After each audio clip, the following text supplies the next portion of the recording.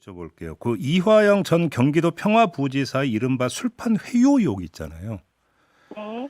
일단은 이게 지금 그 가능한 이야기인지 실제로 있었을 개연성이 있다고 보시는지 좀 그 궁금한데요. 어제 보도를 보니까 이화영 전 부지사가 그 검찰 출신 전관 변호사를 수사검사가 연결해 줬다. 네네네. 옥중 편지에서 그게 폭로가 됐더라고요. 네네네. 그런데 그 내용을 보면은 굉장히 충격적이잖아요. 뭐 김성태 진술을 인정하고 대북 송금을 이재명을 위해서 한 일이라고 진술해주면 재판 중인 사건도 뭐 나에게 유리하게 해주고 주변 수사도 멈출 것을 검찰에서 약속했다. 뭐 이런 내용이거든요. 네네네. 사실이라면 검사가 소개해준 전관 변호사가 허위 진술을 종용하고 그 내용으로 검찰과 사전에 공모가 이루어졌다는 것입니다. 예. 그 내용이 매우 충격적이고 이것은 조작 의혹이 점점 짙어지고 있는데 제가 24년 동안 특수부 검사들의 수사 형태를 보고 네. 또 과거에 이제 한명숙 모해 위증 사건에서 이제 문제가 된 것을 봤을 때 이전 부지사의 주장에 신빙성이 없다 이렇게 볼 수는 없을 것 같습니다. 그래요.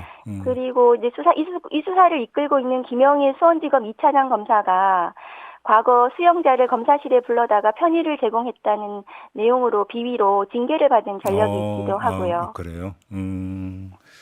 그러면 지금 뭐 대검이 조사한다 이런 보도는 있었는데 대검이 조사해봤자 어차피 팔은 안으로 굽는다 이렇게 보시는 겁니까?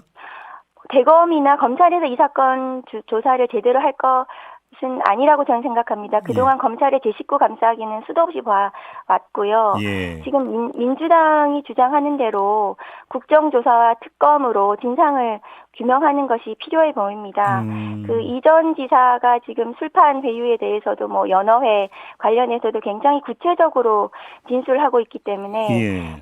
관련자들의 대질 조사부터 시작해서 현장에 있던 사람들의 카드 사용 내역이라든가 인근 음식점의 실제 배달 여부 등을 조사해보면 금방 드러날 거라고 생각합니다. 근데 또 한쪽에서는 이화영 전 부지사가 진술을 자꾸 바꾼다. 이 점을 또 강조해서 부각시키고 있지 않습니까? 그 부분에 대해서도 누가 진술을 바꾸고 있는지 검찰이 제대로 이것을 진술을 제대로 확인을 하고 있지 않는지 그거는 진상 조사를 하면은 나올 것이라고 생각을 하고 예. 이런 문제가 계속해서 검찰에서 되풀이되고 검찰권에 대해서 신뢰를 잃는 문제가 되고 있는데요.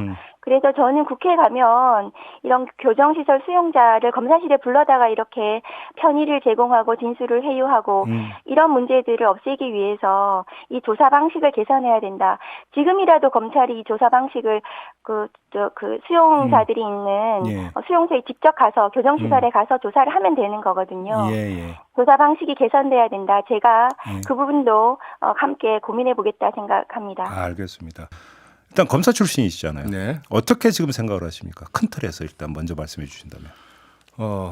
이화영 부지사가 아마 최종 변론에서 아마 그런 주장을 하고 재판에서. 재판. 예. 예. 그리고 민주당에서 그걸 받아가지고 이제 술판 회유 의혹을 이제 띄웠던 걸로 아는데 전 그 일련의 과정을 보면서 그 마피아 보스가 조직원을 회유하고 조직원 회유만으로 불안하니까 그 다음에 배심원 판사까지 회유하는 그런 영화를 보는 것 같습니다. 무슨 말씀이세요? 네.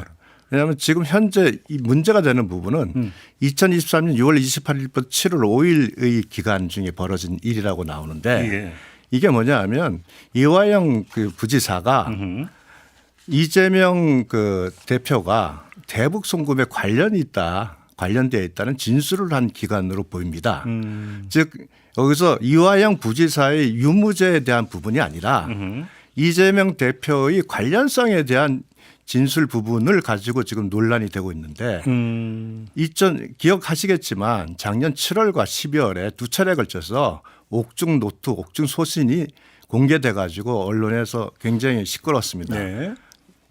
지금 여기서 주장하는 실판 회유 의혹이라면 진술 자체를 완전히 뒤집고 그 자체가 부정될 수 있는 그런 중요한 사안인데 그때는 아무 얘기가 없었어요. 그럼 지금 이와 같은 상황이 왜 발생했느냐? 이미 이화영 그 부지사는 이미 한번 그렇게 관련성 있는 진술을 했다가 그 이후에 갑자기 또 진술을 변경해요. 그 사이에 재판정에서의 부부 싸움부터 여러 가지 일이 벌어졌지 않습니까? 그러고 났는데 그렇으면은 그것으로 이화영 그 부지사의 진술 부분이 탄핵됐다고 판단했다면 더 나올 수 없는 그러면 내용인데 지금 이게 지금 그 진술이 번복된 것만으로 부족하고 현재 이 진술서 쓴 것이 결국 유죄의 증거가 된다면 이재명 당대표의 사법 리스크가 바로 대두되기 때문에 그 사법 리스크를 막기 위해서 결국은 그 진술서를 작성한 그 경위 전체를 부정하는 예. 그런 내용이 나왔습니다. 그런데 수원지검에서 모든 내용에 대해서 단 하나도 모든 내용을 조목조목 사실관계를 밝히고 있는데 네.